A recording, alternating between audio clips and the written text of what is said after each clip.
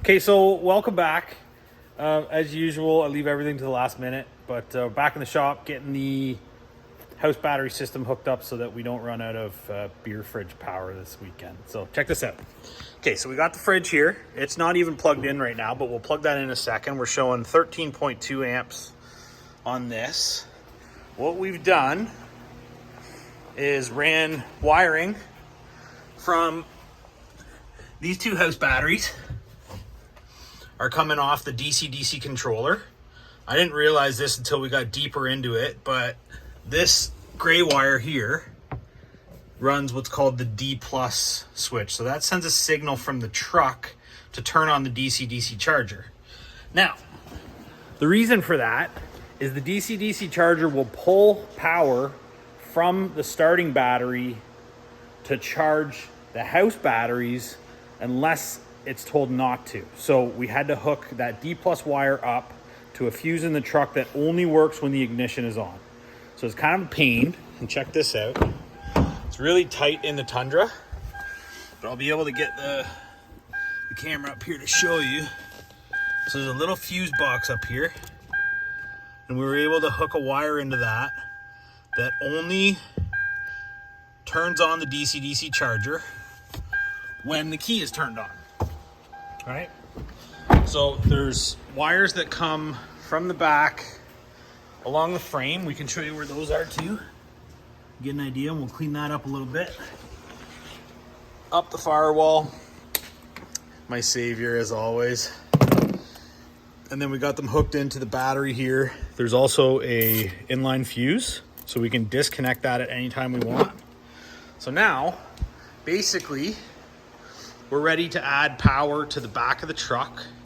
So again, we'll come back here. It's settling down a little bit to 13.1 amps.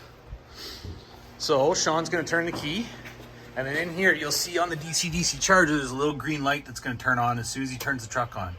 So now the dcdc charger is calling for power from the starting battery to fill up these house batteries.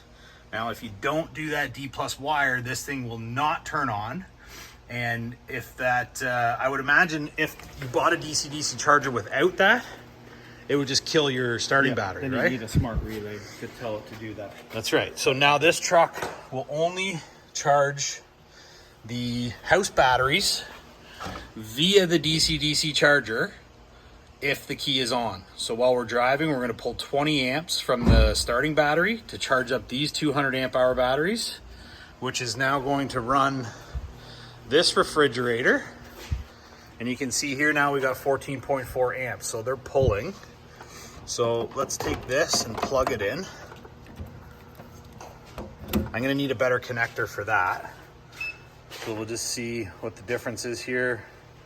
We're showing 13.5 volts, 13.8.